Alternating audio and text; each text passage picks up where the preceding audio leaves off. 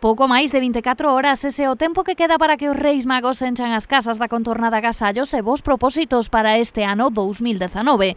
Nesta ecuación máxica de Nadal tamén teñen moito que dicir os comerciantes das vilas que nestes días exercen de intermediarios entre as súas maxestades e os destinatarios finais. Dende os comerciantes de Vilagarcía sinalan que o remate desta campaña esperan que sufra un repunte para mellorar os datos que, a pesar de todo, non son todo vos que esperaban.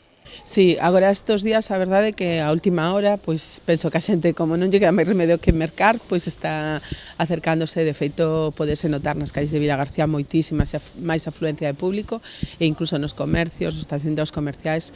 Estes últimos días sí que está funcionando, pero ata agora foi unha campaña bastante floxa.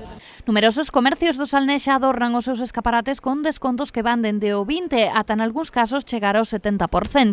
Unha situación que para os pequenos comerciantes é moi difícil de sobrelevar. As rebaixas debían estar reguladas un pouco porque está habendo un despropósito grande da xente porque está influída coas rebaixas, cos descuentos e creemos que empeza a haber un descontrol no tema da rebaixa. Iso para o comercio é malo porque ao fin e ao cabo non temos unha temporada onde podemos dicir que vai arrancar.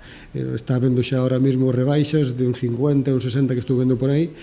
Pero, bueno, isto é oferta e demanda, non? Dende Zona Aberta sinalan que esta época de rebaixas non está suficientemente controlada e que se debería regular mellor a situación. Porque non hai suficientes inspectores de comercio para controlar todo este tipo de temas, por eso ahora mesmo está todo desvirtuado. Cando había unha lei moito máis estricta, pois era moito máis fácil, porque todo o mundo sabía cando comenzaban, cando remataban. Agora, como cada un pode facer o que queira... Sexa como sexa, o paso do tempo parece confirmar que as pequenas tendas, as do seu barrio, as de toda a vida, cada vez parece que están máis cerca de desaparecer, catapultadas polas grandes multinacionais que se establecen nas nosas vilas.